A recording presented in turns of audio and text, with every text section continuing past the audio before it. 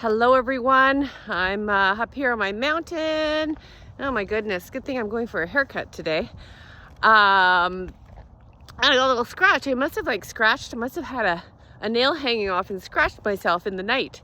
Anyway, this is real, this is reality, and this is pure authentic. So this is the place in my life where I really feel the most real and free. And that's where the inspiration comes. That's where the ideas come. And that's why these videos can transmit that energy. Not when I'm thinking about what should I say, what should I wear, how should I show up. I mean, sometimes those things are important. You're going for a job interview, you don't look like this. So today I'm asking the question, can you have true love without anger? And I'll tell you what I mean by that. Stay with me. We are living in an organism, a natural, organic organism inside of ourselves. And so it's similar to, like, what if you were a jellyfish, or what if you were a lion? What if you were a jaguar? So just think about that for a moment, because we all have these nervous systems at varying degrees of captivity. And so say, for example, a jellyfish is swimming along, and I don't know how they operate, but she notices something that makes her recoil, or something that looks like a threat, something that doesn't feel right. And so she naturally either moves away or she moves forward, perhaps to fight it. Let's take I probably know lions a little bit better. She'll move to protect herself or her territory or her loved ones. And there's no question about, should I do this? Is this really a nice thing to do? This is not very good behavior.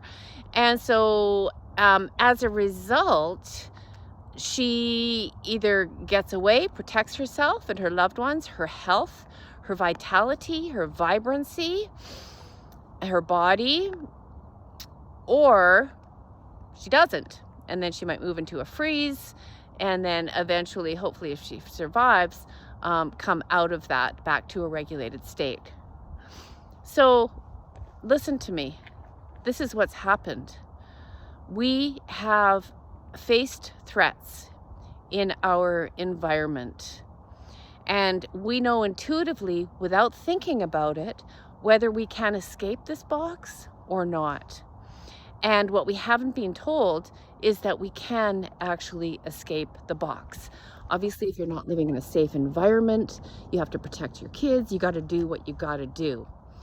But that energy of potential hurt, potential threat, that we have named anger, we have taken and in a microsecond, have brought it into our nervous system, and we haven't gone to fight or flight if we haven't been able to, and we move into this shutdown, lockdown, good girl conditioning.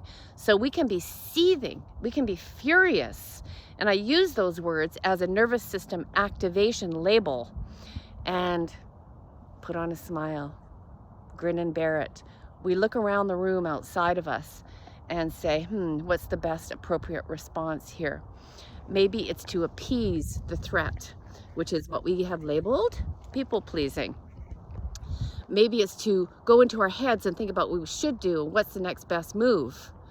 Or maybe it's to go into a freeze, put on the mask, and continue on for the sake of our dignity.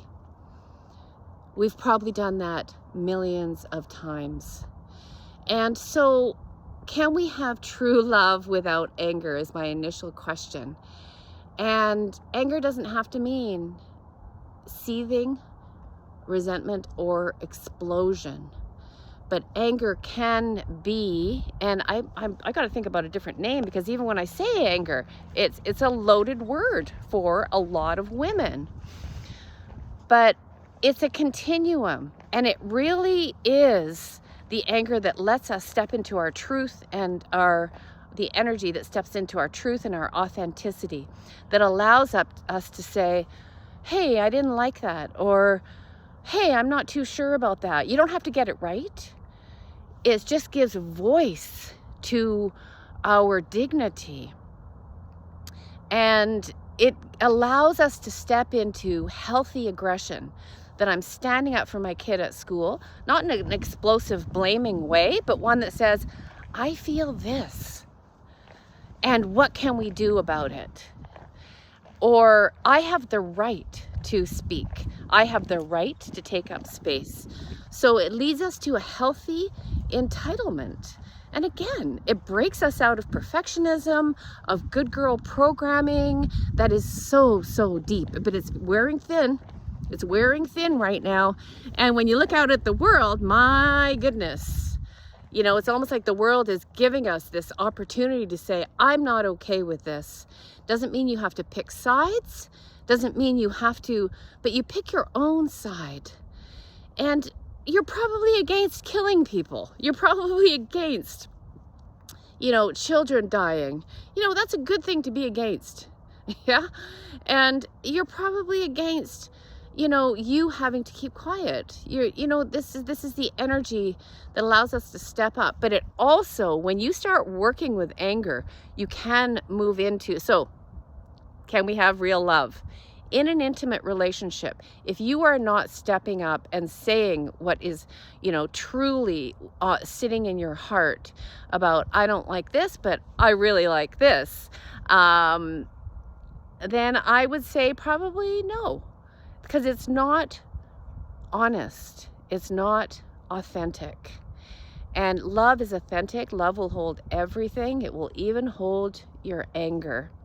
And if your relationship cannot hold your true feelings and your anger, you know, and sometimes there's some trial and error, then is it true intimacy? It's a really good question to ask. And, you know, when I started working with anger, I will tell you that the clarity that came forth, the power that came forth to do this is on the continuum of to say, this is what's on my mind, this is what's on my heart, and I have energy like I haven't had in years. So it's really important. And I hope that you will join me in a Sacred Rage Salon. Come on into the salon, make an appointment with me, and, you know, get your nails done and come on into the salon, because we're going to get real, we're going to get raw, we're going to get truthful. And this is the belly, the womb of the world that is coming up, and we need a way to safely express and harness it. I hope you'll join me. I'll leave the link below. Lots of love. Bye for now. Enjoy this day.